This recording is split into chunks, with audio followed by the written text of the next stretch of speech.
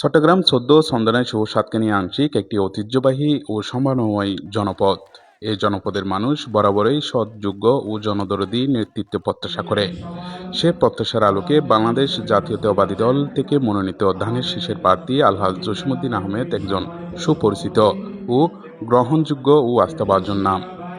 আলহাজ জসীমউদ্দিন আহমেদ দীর্ঘদিন ধরে এলাকার মানুষের সুখ দুঃখের সাথী।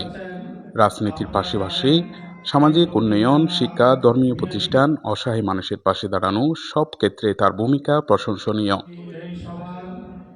একজন সম্ভাব্য সংসদ সদস্য হিসেবে তিনি কেবল প্রতিশ্রুতির রাজনীতি নয়, বাস্তবভিত্তিক উন্নয়ন ও জবাবদিহিমূলক নেতৃত্বে বিশ্বাসী।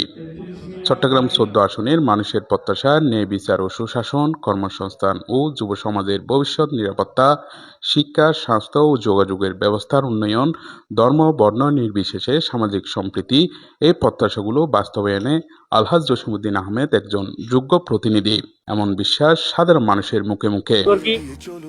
ওই আগো শান্তি শৃঙ্খলাভাবে এই ইলেকশন করে গিয়ে যা পারে অল্প দিনের ভিতরে উন্নয়ন করি কি এখনো গরিবের আল্লাহ গড়াইলি গরিব বলে আশা করি।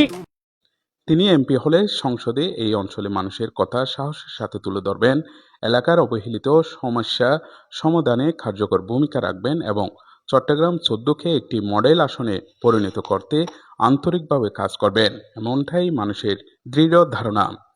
এই আসনের মানুষ পরিবর্তন চায়, উন্নয়ন চায়, আর সেই প্রত্যাশার প্রতীক হিসেবেই ধানের শীষে আস্থা রাখছে চট্টগ্রাম ১৪।